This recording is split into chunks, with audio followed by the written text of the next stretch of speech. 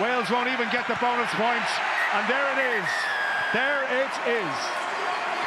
Well, it's not as big a smile as he had in Twickenham last week, but I think he'll be delighted with the fortitude of his players. Wales, very difficult for them. They gave everything they had, but Ireland, just that edge and experience, that quality, particularly for that man. And incredible performance overall. Bernard Jackman? Yeah, I'd be glass half full rather than half empty. I think that's building again, building confidence, building squad depth. 5 points, go into next week for a triple crown, and we see what happens tomorrow night in Edinburgh. Can I ask you please for your player of the match? You had 4 to choose from, I presume. It's an Irishman. In contention, but in the end, Jack Conan is our player of the match. Okay, so there you go. Job done for Andy Farrell's Ireland. It was a tough, hard battle out there. They got the 4 tries, they got the bonus points, and that man there is confirmed as your player of the match. Full-time score at the Aviva Stadium: Ireland 27, Wales 17. Jackie, all yours. Hugh, Bernard, Donal, thank you. So Bernard Jackman says he's glass half full. Jamie, where are you on this? Half full, half empty on your glass? Look, we got the win, we got a bonus point. Wasn't the most convincing at times, but I think to use that amount of players in like 4 games, a lot of changes coming into this game, I think Andy will be overall quite happy with obviously the result, but the performance of everyone there today. You can be happy with the result, and it's a bonus point win that keeps Ireland in the championship, but I'm not sure happy is probably the way he'd be feeling, Simon, because he's got to have a few question marks over that performance again. Yeah, you'd think so, for sure. I think the performance level obviously dropped since Twickenham. Yes, they've used some different players and got some new caps in and some fresh faces into the 23, but overall, yeah, I don't think he'll be overly pleased with how they performed, but they've got the bonus point. Championship is potentially still alive if Scotland could do us a favour tomorrow, and we're still to play for in the Triple Crown, so not super smooth, but yeah, job done. It tells you everything you need to know when even the people around us were screaming at Jack Crowley, take the points, take the points. To say that we're in a position where you're screaming, take the points against Wales, potentially the worst team in the Six Nations we've seen in some time, is a sign of how quickly things have changed in the space of 2 weeks, Stephen. Yeah, it's unbelievable, and I think you got to give huge credit to Wales. Ireland got off to a flying start, that Jacob Stockdale try, then they had a try chalked off quite easily. It could have been 14-0 with only 5 or 6 minutes on the clock. So Wales, they dug deep, you know, they really did. They've got better throughout the championship. I thought their physicality was off the charts. They met Ireland on the gain line every single time. But Ireland's attack, for me, and their kicking game, they didn't lean on it enough. We didn't see the pot of 3.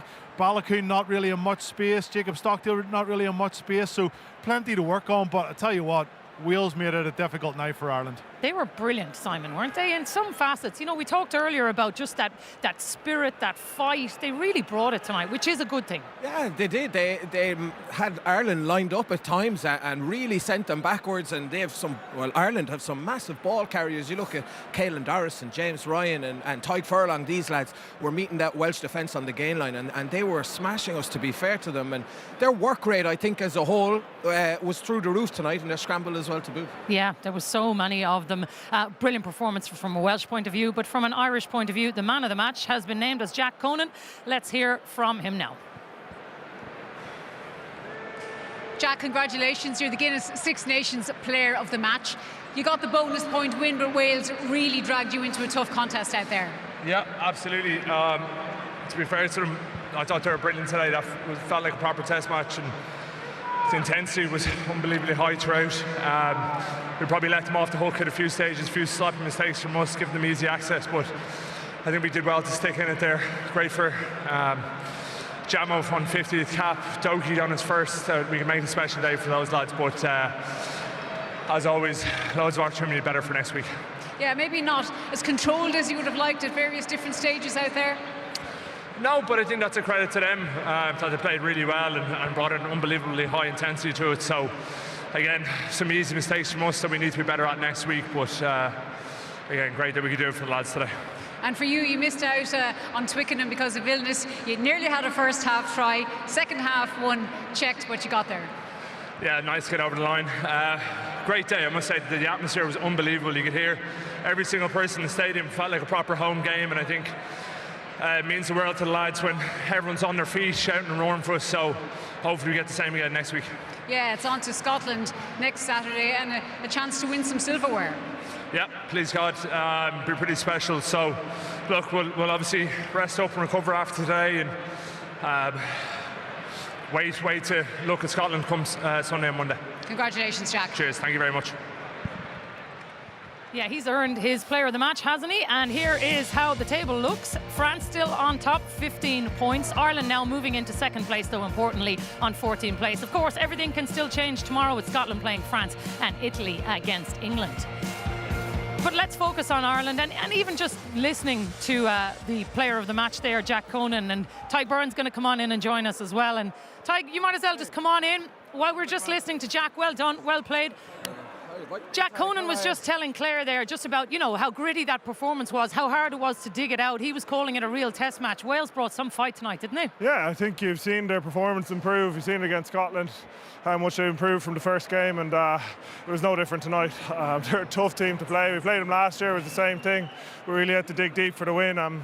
But thankfully we were able to get the job done and get the 5 points. Is it tricky coming from a day like Twickenham where everything goes so perfect, and then you come to tonight where everybody expects you're going to win, and maybe it's just hard to get to a different emotional challenge that they've presented tonight? Yeah, look, it was a challenge we put to ourselves to get that physicality part right and be where we were against England. I thought, today I thought the physicality piece was brilliant from us. I thought we met them every time in defence. They showed some really good patches. Unfortunately, we let a few tries in, and we'll have to look at those. But I'll be pretty pleased with the physicality part and how we played today.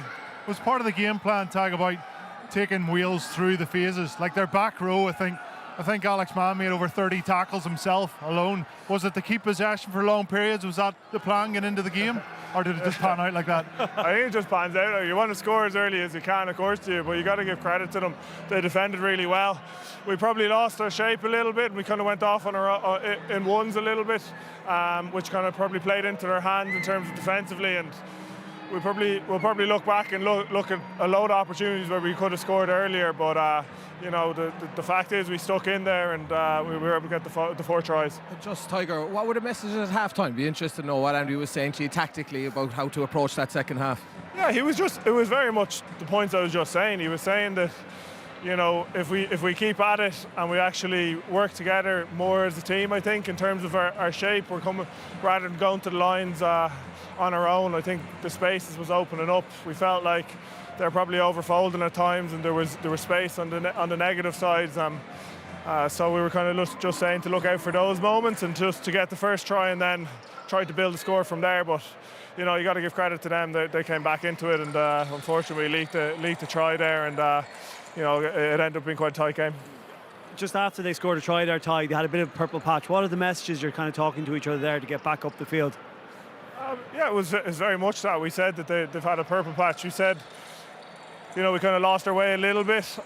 We were probably overplaying in our half a little bit and giving them opportunities to, turn the ball over or put pressure on us. So it was very much let's be smarter in terms of the tactical battle, and just keep pounding the rock, because it felt like when we had the ball, we had a load of opportunities to score. So it was just about getting the ball in the right areas of the field. Scotland jersey on tomorrow, so is it? I think the whole country will, which is tough to say, isn't it? Yeah, I know, for once. Speaking of the jersey on you, can I ask you about second row, back row? Obviously, you're being asked to play everywhere. I was saying to the lads, that's a hell of an amount of detail for one lad to get through. What's your preference? Do you care, and how difficult is it from jumping from one to the other? Look, you want to be on the field, that's the main thing, isn't it?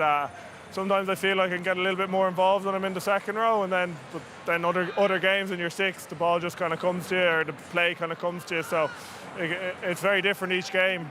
As long as I'm on the field, I'm happy. But in terms of the detail stuff, there's a lot of lads who have to cover a lot of areas in this team. You probably just don't realise it. So, most of that team is covering more than one position, and everyone's all over their detail, and that's just the expectation in this squad. Yeah, well, look, we're happy to have you on the field wherever you are, Tadhg. We'll take that off you. You can leave that there. Thanks for having me. Thanks so much. Cheers for being with us. Congrats, big man. He's right. You know, there is a lot going on for that team. They're all trying to do a lot, and maybe the jumping around is part of the piece that we're talking about. Go on. Well, he won't say it, but no back row wants to play second row anyway. That's for sure, Fez, isn't it?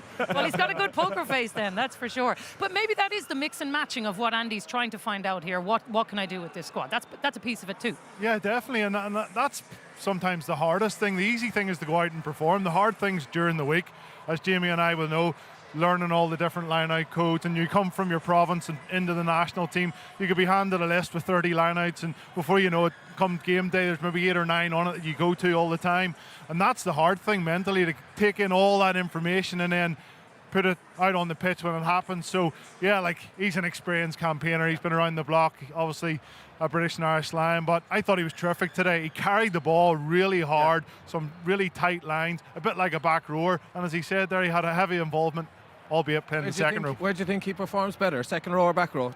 Oh, geez. After today, like, I just think he needs to be on the pitch. He needs to get his hands on the ball. He's a turnover king. We know how good he is. But for me, I just think he adds a little bit more in the back row. And same with Cormac Izachukwu as well. When he gets his opportunity, I just think he's a bit more of a back rower as well. But that's coming from a back rower. Back row. And also, you know the inside story because he'll actually tell you. Yeah, I know. He hates the second row.